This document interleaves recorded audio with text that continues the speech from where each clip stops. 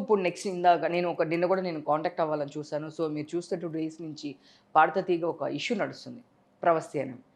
ఇప్పుడు దీన్ని ఎలా చూడొచ్చు? ఇప్పుడు ఆ అమ్మాయి గురించి బయటికి రాంగానే మొత్తం ఇప్పుడు ఓ 10 మంది వచ్చేసారు. సునీత గారు, జ్ఞాపిక వాళ్ళు అండ్ అంతకుముందు దానిలో పార్టిసిపేట్ చేసిన వాళ్ళు అండ్ ఫస్ట్ డే మేము మాట్లాడినప్పుడు ఎవరు రెస్పాండ్ కాలేదు బేసిక్‌గా. ఆ! లైట్ అని చెప్పేసి అన్నారు. ఓకే. ఫైన్. మేమున్న ఇన్ఫర్మేషన్‌తోనే మీడియా ఏదైతే ఇన్ఫర్మేషన్ ఉందో అదే మేము చూపించడం జరిగింది. సో, నిన్న ఇదైతే ఎక్కువ జనాలకి వెళ్ళిందో, మీడియాలో ఇంకా ఎక్కువ ఫోకస్ అవ్వడం వలన బయటకొచ్చి దానికి ఎక్స్‌ప్లనేషన్ ఇచ్చారు. ఆ అమ్మాయికి మెచ్యూరిటీ లేదు.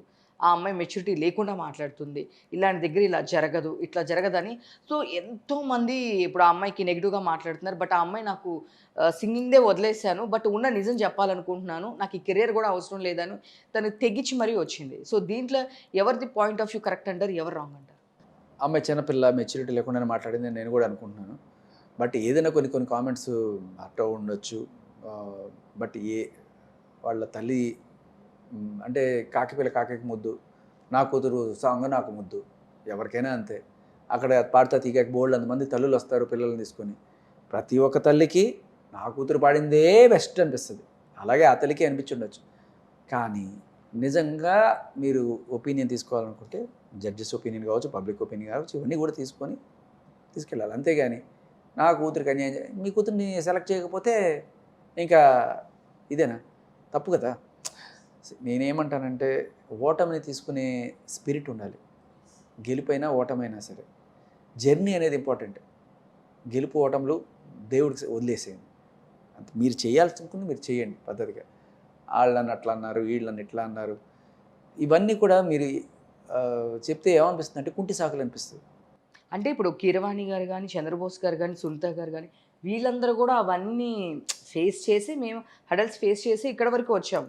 సో, ఎవరు చాలామంది ఇప్పుడు మాట్లాడినోళ్ళు గూడా వాళ్ళేం చెప్తున్నారు అంటే, 'లిప్స్' అని ఒక సింగర్ రియాక్ట్ అయ్యారు. నేను దానిలో విన్నర్ అయిన తర్వాత 5 సంవత్సరాలు నాకు ఎలాంటి ఛాన్సెస్ లేవు. నేను బయట ఏదో చేసుకుంటూ నన్ను నేను ఇంప్రూవ్ చేసుకున్నాక నన్ను పిలిచారు. నువ్వు ఇంప్రూవ్ చేసుకోవాలి తప్ప ఇంకొకళ్ళ మీద చెప్పడం వలన ఇప్పుడు అదృష్టం అంతటితో ఆపింది. నన్ను వాళ్ళు రమ్మన్నారు, గెస్ట్ హౌస్‌కి రమ్మన్నారు. ఇటువంటి మాటలు ఇంకా చెప్పలా. ఇంక ఇలాంటివి చెప్పుంటే ఇంకా దరిద్రంగా ఉండేది. చాలా దరిద్రంగా ఉండేది. చేపట్టుకొని లాగారు అనేది దాని వరకే ఆగిపోయారు. నేను ఒకటే అడుగుతానమ్మా. నీ దగ్గర టాలెంట్ ఉంటే ఏ గెస్ట్ హౌస్‌కి ఎళ్ళక్కర్లా, ఏ ఎక్స్‌పోజింగ్‌లు చేయక్కర్లా. నీ నీ నీ ఆవకాయలో రుచుంటే నువ్వు ఏ ఎక్స్‌పోజింగ్‌లు చేయక్కర్లా. నీ ఆవకాయ నీ బ్రాండ్ అంబాసిడర్. నీ దగ్గర లేకపోతేనే ఇటువంటివన్నీ కావాల్సొస్తాయి. సో, అంటే ఇప్పుడు చూస్తే ఆ అమ్మాయి ఏమంటుందంటే, నేను 'సూపర్ సింగర్‌లో విన్నర్‌ని. సో, నేనిక్కడికొచ్చాను.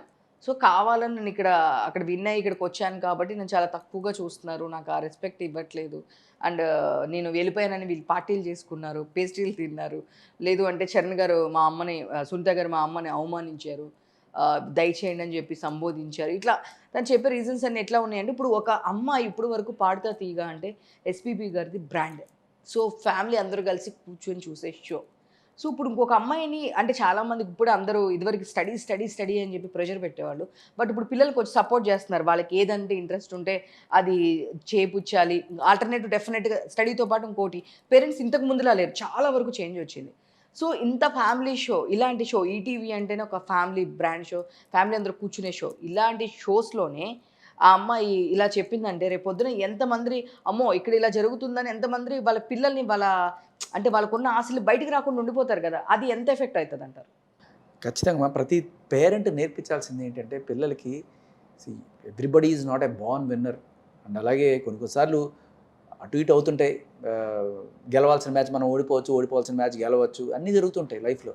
బట్ గెలుపోటముల్ని తీసుకునే ధైర్యం నువ్వు నేర్పించకపోతే చాలా సార్లు పిల్లలు చిన్న చిన్న వాటికి కూడా ఆత్మహత్యలు చేసుకుంటారు. ఫోన్ ఇవ్వలేదని సూసైడ్ చేసుకుంటారు. ఎస్పెషల్లీ ఓటమిని తట్టుకోవడం నువ్వు నేర్పించకపోతే ఆత్మహత్యలకు కూడా దారితీస్తుంది. ఇది చాలా డేంజరస్ సిట్యుయేషన్. ఈ కొన్ని సార్లు అంటే జెనెటిక్‌గా కూడా వస్తది ఇది.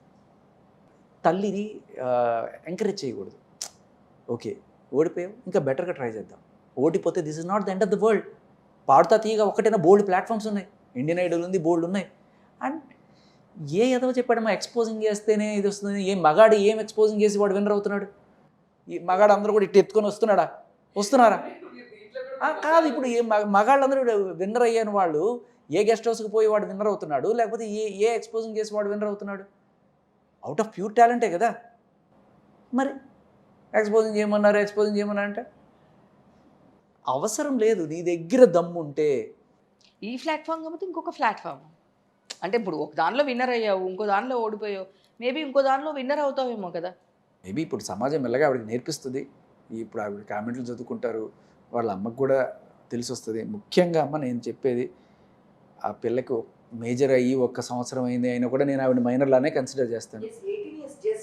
నేను ఎందుకు చెప్తున్నానంటే, నేను చేసిన ఒక సినిమాకి ఆ అమ్మాయి పాట పాడింది. మీరు చేసిన సినిమా. 'వెల్కమ్ ఓబామా' అని సంగీతం గారు తీసిన సినిమాలో నేను దాంట్లో ఒక మంచి రోలే చేశాను. దాంట్లో ఒక చిన్న బాబు క్యారెక్టర్‌కి ఒక 5 ఏళ్ళ 6 ఏళ్ళ బాబు క్యారెక్టర్‌కి పాడాల్సి వస్తే ఈ అమ్మాయితో పాడించారు. అప్పుడు కూడా ఈ అమ్మాయికి ఎంత 10 ఏళ్ళ లోపే పిల్ల. అందరికీ 18 ఏళ్ళు దాటంగానే మేజర్ అని కూడా నేను చెప్పను కానీ ఆ మెచ్యూరిటీ రావడానికి టైం పడుతుంది. బట్ ఈలోపు తొందరపడి ఇలా చేసుకోవద్దు. నాకు తెలిసి ఎప్పటికీ కూడా జరిగిన డ్యామేజ్ ఏదైనా సరే అది పాడుతా తీయగా, నువ్వేమో పరువు తీయగా జడ్జెస్ తట్టుకున్నారు. నేను ఇంకా చిన్నపిల్లగానే చూస్తున్నారు. నాకు తెలిసి వాళ్ళు క్షమిస్తారు. మేబీ నీకు ఇంకా అవకాశం కూడా ఇస్తారేమో. కానీ that is not the right way to go. నేను ఓడిపోతే వాడి వాళ్ళు ఓడిపోయా, వీడి వాళ్ళు ఓడిపోయా, నేను గెలిస్తే అంతా నా క్రెడిట్. అంతే కదా. సో దాన్ని ఏమంటారు, ఓడ దాటే వరకు ఓడ మల్లన్న, ఓడ దాటిన తర్వాత బోడి మల్లన్న అనే ఒక సామెత ఉంది. మనం ఇది చాలా చోట్ల చూసాం. ఇవిడే కాదు, జానీ మాస్టర్ కేసు తీసుకోండి. ఆయన ఒకప్పుడు దేవుడు, ఆయన నాకు లైఫ్ పెట్టిన దేవుడు. అంతా అయిపోయింది. ఇప్పుడు ఆవిడకి పాపం మంచి ఛాన్స్ వచ్చేటప్పటికి నేను ఇప్పుడు ఏంటి, నా టాలెంట్ మీద వచ్చా, నువ్వే పడరా. ఎస్, ఇప్పుడు అదే పాయింట్ నేను కూడా అంటున్నాను. అది నా టాలెంట్ అని చెప్పేసి అంటారు. అంటే గెలిస్తే మన టాలెంట్, అది ఓడిపోతే ఆయన వాళ్ళు ఓడిపోయాం. నీ గెలుపుకి నీ ఓటమికి నువ్వే కారణం, అంతే తప్ప ఇంకేమీ కాదు. లేకపోతే ఒక పని చేయండి, ఆ గోరి మాతను పిలిచి ఒక యాగం ఏదైనా చెప్పించుకోండి, అన్నీ కలిసి వస్తాయి. లేకపోతే వేణుస్వామి దగ్గర ఒక ఉంగరం ఏమైనా తీసుకొని పెట్టుకోమనండి.